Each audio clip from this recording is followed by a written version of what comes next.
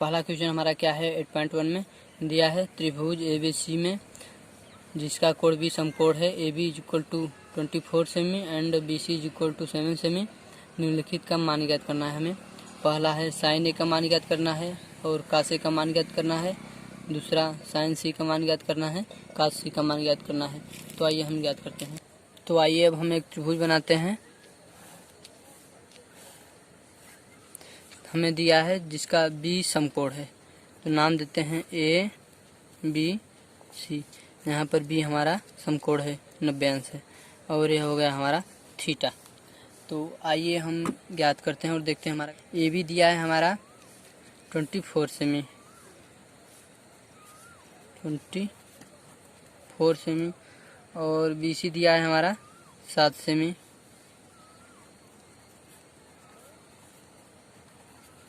तो अब हम AC ज्ञात कर लेते हैं। पहले पाइथागोरस में इसमें लगाकर AC ज्ञात कर लेते हैं। तो हम अगर इसमें पाइथागोरस लगाएंगे तो क्या होगा, AC का वर्ग इज इक्वल टू AB का वर्ग प्लस BC का वर्ग। तो यहाँ पर मान रखते हैं हम, तो हो जाएगा AC का वर्ग अपने स्थान पर रहेगा।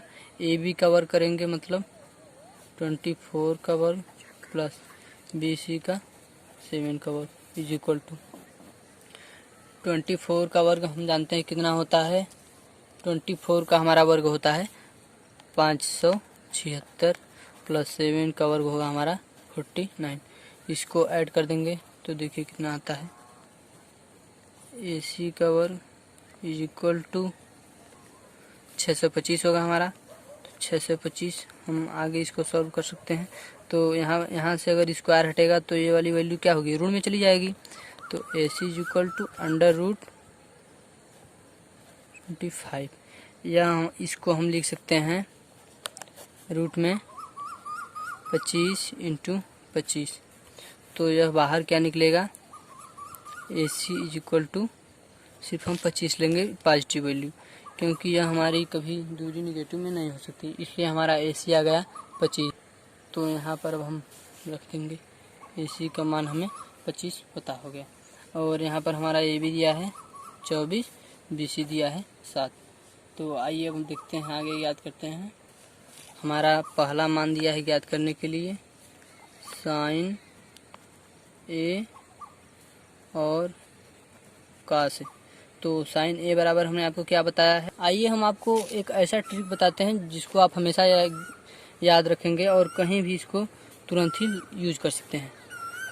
तो हो जाएगा हमारा LAL अपान में KA। यहाँ पर L का मतलब है लंब से, A का मतलब है आधार से और K का मतलब है कर्ण से। तो हमारा पहला त्रिकोणमितीय अनुपात क्या आता है, साइन थीटा, दूसरा कास थीटा, तीसरा टेन थीटा।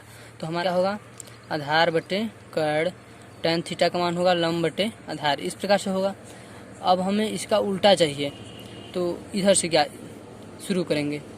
हमारा टेन थीटा का मान होता है लंब बटे आधार, तो कर्ण थीटा का मान क्या होगा, आधार बटे लंब। और कास थीटा का मान होता है आधार बटे कर्ण, तो सेक थीटा का मान क्या होगा हमारा, कर्ण बटे आधार। साइन थीटा का मान होता है लंब बटे कर्ण, तो कोसेक थीटा का मान होगा कर्ण बटे लंब। तो इस प्रकार से हम मान को रख सकते हैं। तो हम देखते हैं साइन A बराबर हमारा क्या होगा, साइन A बराबर होगा हमारा लंब बटे कर्ण। तो हमने ज्ञात किया है लंब हमारा कितना है 7, कर्ण कितना है 25। यह हमारा sign A is equal to आ गया। अब हम देखते हैं कास A बराबर हमारा क्या आता है, कास A। कास A बराबर क्या होगा, यहाँ पर आप देखिए यह साइन का हो गया कास A बराबर आधार बटे कर्ण, आधार बटे कर्ण। तो हमारा आधार का मान कितना है 24, कर्ण का मान क्या है 25। तो यह हमारा कास का मान आ गया। तो अब आगे हम दूसरा याद करते हैं, जो कि हमारा दिया है साइन C और कास C का मान याद करना है हमें। तो देखते हैं पहले इसमें हमको कुछ नया सीखने को मिलेगा। तो यहाँ पर अगर इस एंगल के लिए कुछ पूछ दिया है, तो इसके लिए हमारा आधार क्या था AB और लंब क्या था थीटा के सामने वाली BC। तो यह थीटा मान लीजिए हो गया, थीटा के सामने वाली भुजा क्या कहलाती है, लंब। और थीटा जिस पर स्थित होता है वह क्या कहलाती है, आधार। तो यहाँ पर हमारा इस कोण के लिए आधार हो जाएगा BC और लंब हो जाएगा AB। तो अब हम मान रखते हैं साइन C बराबर हमारा क्या होगा, लंब अपान में कर्ण।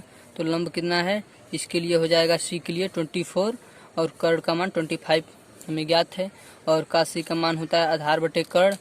तो यहाँ पर हमारा आधार क्या हो जाएगा, आधार हो जाएगा उसके लिए हमारा जो एंगल C है उसके लिए 7 हो जाएगा, कर्ण का मान 25।